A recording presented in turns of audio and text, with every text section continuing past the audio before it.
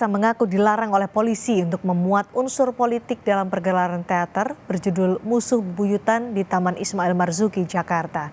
Pernyataan ini disampaikan Butet usai mementaskan teater berjudul Musuh Bebuyutan di Taman Ismail Marzuki, Jakarta.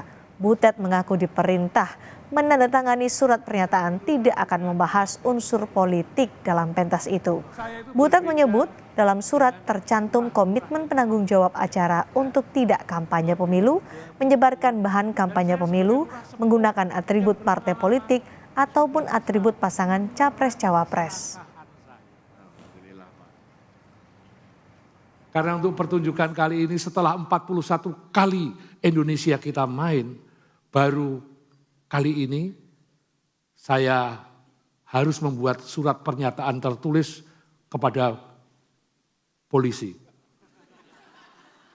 Bahwa pertunjukan ini bahwa saya harus berkomitmen tidak ada unsur politik di dalam pertunjukan. Oh, keren. Selamat datang Orde Baru. Polisi siang tadi merespons pernyataan Butet soal adanya intimidasi jelang pentas teaternya di Jakarta.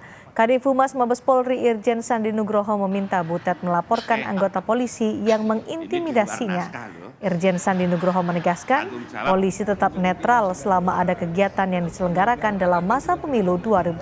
Harus membuat surat pernyataan tertulis kepada polisi. Pak, ada intimidasi dari polisi terhadap seniman teater Butet Kertarajasa, ini ada tanggapan nggak Pak? Ya, jadi gini, polisi netral dalam kegiatan-kegiatan yang sudah diselenggarakan apalagi dalam pemilu.